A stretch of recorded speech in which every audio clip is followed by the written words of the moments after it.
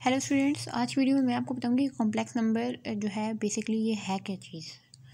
तो जब आपको कॉम्प्लेक्स नंबर के आगे जब आप फर्स्ट ईयर में जाएंगे 9th-10th में इसके क्वेश्चंस आते हैं तो मैथ में आपको इस चीज़ के बारे में पता होना चाहिए कि कॉम्प्लेक्स नंबर है क्या।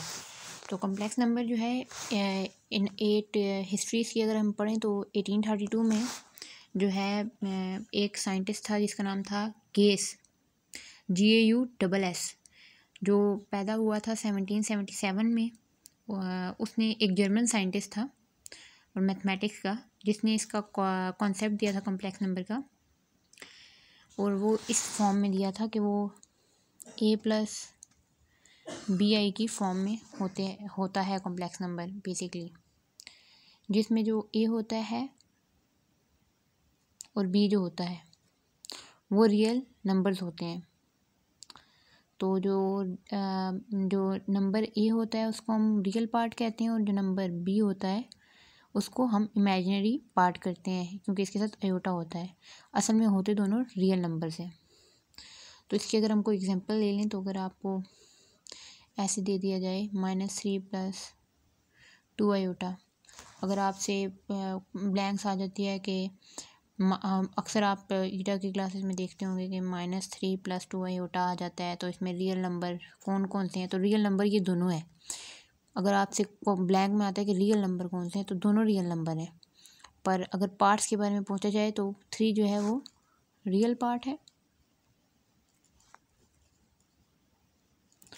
और 2 अयोटा जो है वो इमेजिनरी पार्ट है। अगर हम इसको दूसरी तरह करें तो अगर a+bi अगर हम लें तो अगर जो है हम a और b की जगह हम ज़ीरो ले लेते हैं, तो आपको पता है जब a जो है वो ज़ीरो के साथ जब प्लस होगा तो a ही आएगा, तो इसको हम रियल नंबर कह देंगे, रियल नंबर। और इसी केस में अगर जो है a को ज़ीरो ले लें, उसी तरह डायरेक्ट में ले लेती हूँ +b अयोटा, तो वो आ जाएगा b जो होगा वो bi जो होगा वो होगा प्योर इमेजिनरी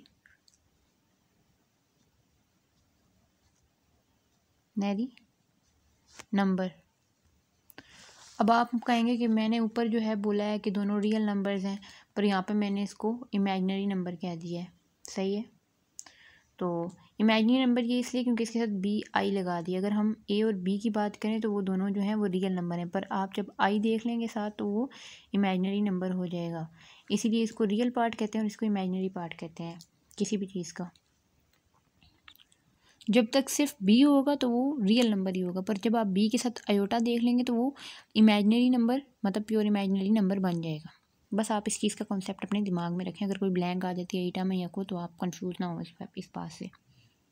तो कॉम्प्लेक्स नंबर के सेट को हम इस तरह डिनोट करते हैं कि मैं इसको हम z से भी लेते हैं, पर जो है जो set of all complex number जो होता है वो होता है c से। हम वैसे करते हैं इसको c a+b अयोटा, फिर ab belongs to real number, और Z1 और Z2 वाला जो सीन आ जाता है वो इस तरह आ जाता है कि ये वाली जो है ये Z1 की वैल्यू हो जाती है, a की जो वैल्यू होती है, और ये Z2 की वैल्यू हो जाती है, b वाली मतलब जो दूसरी टर्म आ जाती है वो Z2 की वैल्यू हो जाती है। तो इस तरह हम जब इसको हम ऑर्डर पेयर में लिखते हैं z की वैल्यूज़ पे, जब हम ऑर्डर पेयर बेसिकली z होता है ना, तो जब हम इसको ऑर्डर पेयर में लिखेंगे तो z = ab लिखेंगे। पर जब set of all complex number होगा तो वो इस c से शो होगा, पर ऑर्डर पेयर फॉर्म ये होती है ab की। तो ये कॉम्प्लेक्स नंबर का इंट्रोडक्शन था।